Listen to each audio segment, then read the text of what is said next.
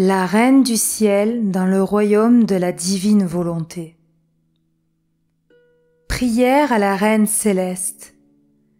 Reine immaculée, ô céleste maman, en ce mois qui t'est consacré, je me place sur tes genoux maternels, m'abandonnant entre tes bras comme ton enfant chéri, et te demandant avec véhémence la plus grande de toutes les grâces, celle que tu m'admettes à vivre dans le royaume de la divine volonté. Sainte Maman, toi qui es la reine de ce royaume, permets que j'y vive en tant que ton enfant, que ce royaume soit rempli de tes enfants. Je me confie à toi afin que tu y guides mes pas et que, soutenu par ta main maternelle, tout mon être vive constamment dans la divine volonté. Tu seras ma maman. À toi, ma maman, je confie ma volonté pour que tu l'échanges contre celle de Dieu et qu'ainsi je sois assurée de ne jamais quitter cette divine volonté. Je te prie de m'éclairer afin que je comprenne bien ce qu'est la divine volonté. Amen. Je vous salue, Marie, pleine de grâce. Le Seigneur est avec vous. Vous êtes bénie entre toutes les femmes, et Jésus, le fruit de vos entrailles, est béni. Sainte Marie, Mère de Dieu, priez pour nous pauvres pécheurs, maintenant et à l'heure de notre mort. Amen. 29e jour. Les apparitions de Jésus. Les apôtres fugitifs se rassemblent auprès de Marie, arche de salut et de pardon. Jésus part pour le ciel. L'âme à sa maman reine. Maman admirable, me voici de nouveau sur tes genoux maternels. Je veux m'unir à toi, durant la fête, en l'honneur de la résurrection de notre cher Jésus. Comme tu me sembles bien aujourd'hui, toute amabilité, toute douceur, toute joie. J'ai l'impression que tu ressuscites avec ton Jésus. Ô Sainte Maman, ne m'oublie pas dans cette joie et ce triomphe. Dépose dans mon âme la semence de la résurrection, afin que je ressuscite pleinement dans la divine volonté et que je sois toujours unie à toi et à mon doux Jésus. Leçon de la Reine du ciel. Fille bénie de mon cœur, ma joie et mon triomphe furent immenses à la résurrection de mon Fils. Je me sentis renaître et ressusciter en lui.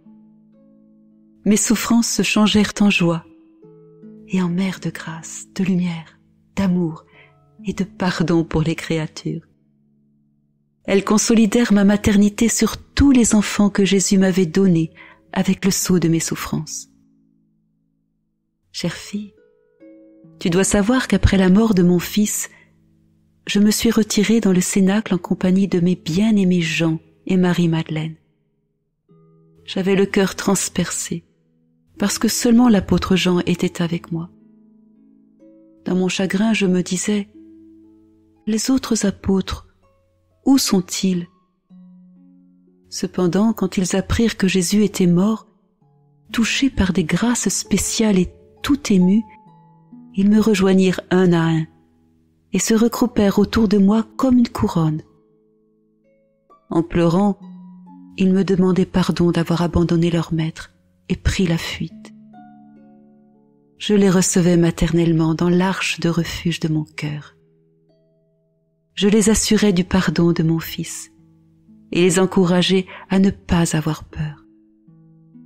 Je leur expliquais que leur destin était entre mes mains parce que Jésus me les avait donnés comme enfants et que je les considérais vraiment comme tels. Fille bénie, j'étais présente à la résurrection de mon Fils, mais je ne l'ai mentionné à personne, attendant que lui-même se manifeste en tant que ressuscité, glorieusement et triomphalement. La première personne à le voir fut l'heureuse Marie-Madeleine, ensuite les pieuses femmes. Chacun venait me dire qu'il avait vu Jésus ressuscité et que le tombeau était vide. Je les écoutais et les affermissais dans la foi en la résurrection. Quand vint le soir, presque tous les apôtres l'avaient vu et se disaient enthousiastes d'avoir été les apôtres de Jésus. Quel changement, ma fille! Les apôtres en fuite figurent ceux qui se laissent dominer par leur volonté humaine. Ils ont abandonné leur maître, ils se sont cachés parce qu'ils avaient peur. Même Pierre a renié Jésus 3 fois. Oh! S'ils avaient été dominés par la divine volonté, jamais ils n'auraient fui leur maître. Au contraire, courageusement et en vainqueurs, ils seraient restés à ses côtés et se seraient sentis honorés de sacrifier leur vie pour lui. Chère fille, mon fils bien-aimé Jésus ressuscité resta 40 jours sur la terre et apparut souvent aux apôtres et aux disciples pour les conforter dans la foi et dans la certitude de sa résurrection.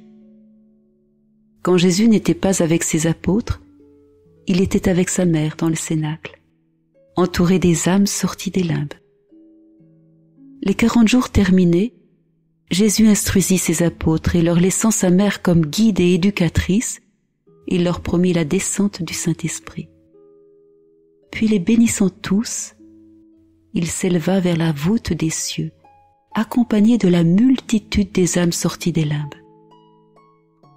Tous ceux qui étaient présents, et ils étaient nombreux, le virent s'élever. Quand il fut très haut dans le ciel, un nuage de lumière le déroba à leur vue. Ta maman le suivit jusqu'au ciel et fut présente à la grande fête de l'Ascension.